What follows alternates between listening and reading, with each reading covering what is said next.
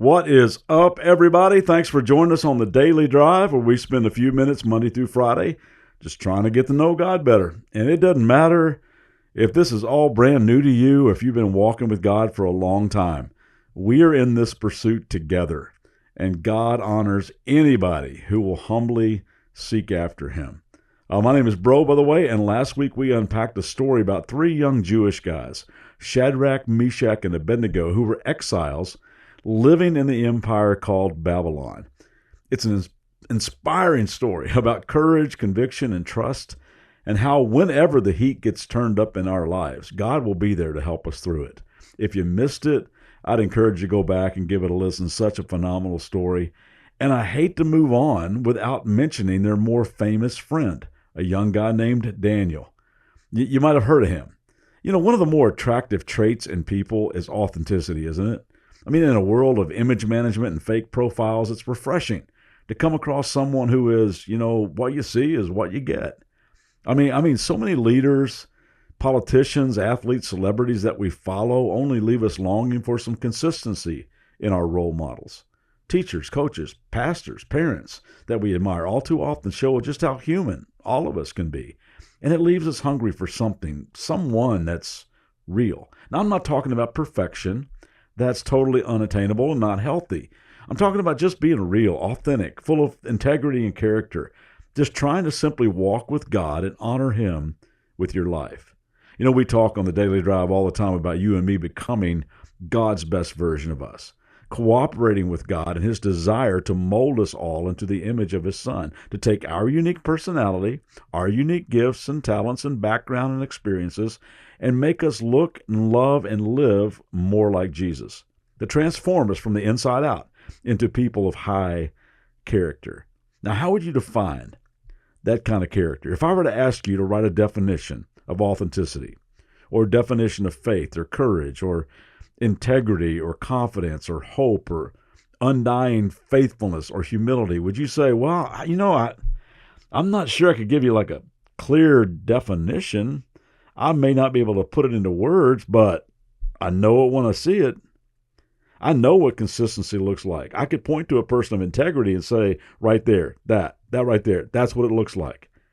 One of those people that you'd point to is Daniel. He's just one of those people you look at and say, right there, that dude right there, he's the real deal. I'd like to hang out with that guy.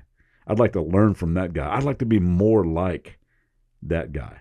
So I'd like to read part of his story this week, and you can find it in the Old Testament section of the Bible. It's in a book called, catch this, the book of Daniel. Let me get started with chapter 1, verse 1. During the third year of King Jehoiakim's reign in Judah, King Nebuchadnezzar of Babylon came to Jerusalem and besieged it with his armies. The Lord gave him victory over King Jehoiakim of Judah. When Nebuchadnezzar returned to Babylon, he took with him some of the sacred objects from the temple of God and placed them in the treasure house of his God in the land of Babylonia. Verse 3. Then the king ordered Ashpenaz, who was in charge of the palace officials, to bring to the palace some of the young men of Judah's royal family and other noble families who had been brought to Babylon as captives. Select only strong, healthy, and good-looking young men, he said. Make sure they are well-versed in every branch of learning, are gifted with knowledge and good sense, and have the poise needed to serve in the royal palace. Teach these young men the language and literature of the Babylonians. In other words, we need to indoctrinate them into our culture. We need to mold them into our image. Well, the king put them in his leadership academy, and they would be in this internship program for 3 years. They were put on a very special, rich Babylonian diet, very different than the ones they were used to. And their names were changed from their given Hebrew names to names that would represent all the new gods of the Babylonians. Daniel was called Belshazzar. Hananiah was called Shadrach. Mishael was called Meshach. Azariah was called Abednego. Again, all in hopes of molding them into the image of their culture. And that's why I love verse 8. But Daniel made up his mind not to defile himself by eating the food and wine given to them by the king. He asked the chief official for permission to eat other things instead. Now God had given the chief official great respect for Daniel, But he was alarmed by Daniel's suggestion. My lord, the king has ordered. He has ordered that you eat this food and wine. If you become pale and thin compared to the other youths your age, I'm afraid the king will have me beheaded for neglecting my duties. Have y'all ever known anybody with a hands-on kind of management style, or maybe a hands-off kind of management style? Nebuchadnezzar had a heads-off kind of management style. When he terminated people, he terminated people. Now, the text doesn't say why this food would defile Daniel. Maybe it violated ceremonial laws he was taught. Maybe it simply put the wrong kind of fuel into his body, and he wanted to be at peak performance. Probably because it was food offered to pagan idols, since it was from the king's kitchen. It's not real clear why, but it is clear that in Daniel's heart, he just knew he needed to draw a line. So Daniel drops down the org chart to the athletic trainer and proposes a trial period. He isn't defiant. He isn't rebellious. He just offers a suggestion. He says, what do you say we try the diet that we are accustomed to? You can call it the Mediterranean. You can call it keto, South Beach, or the Daniel diet. Whatever. Just tell your superiors that we're trying out an experimental nutrition program that a few of the guys are on. This vegetable/water diet for 10 days, and then you can decide. I had some blood work numbers out of whack a few years ago, and my doctor really got on me. And I told her, I said, I exercise, I work hard, I'm active, I'm always getting my hands dirty. And she told me, listen, you can't outwork a bad diet. And then she pointed out all these numbers, to which I said, well, that number right there, that one's Pop-Tarts. I know that one's Cheetos. I'm pretty sure that one's Golden Oreos. You can't outwork a bad diet. Well, check out what happens to Daniel and his crew. Verse 15.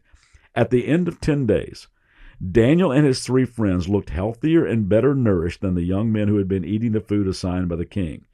So after that, the attendant fed them only vegetables instead of the rich foods and wines. God gave these 4 young men an unusual aptitude for learning the literature and science of the time. And God gave Daniel special ability in understanding the meaning of visions and dreams.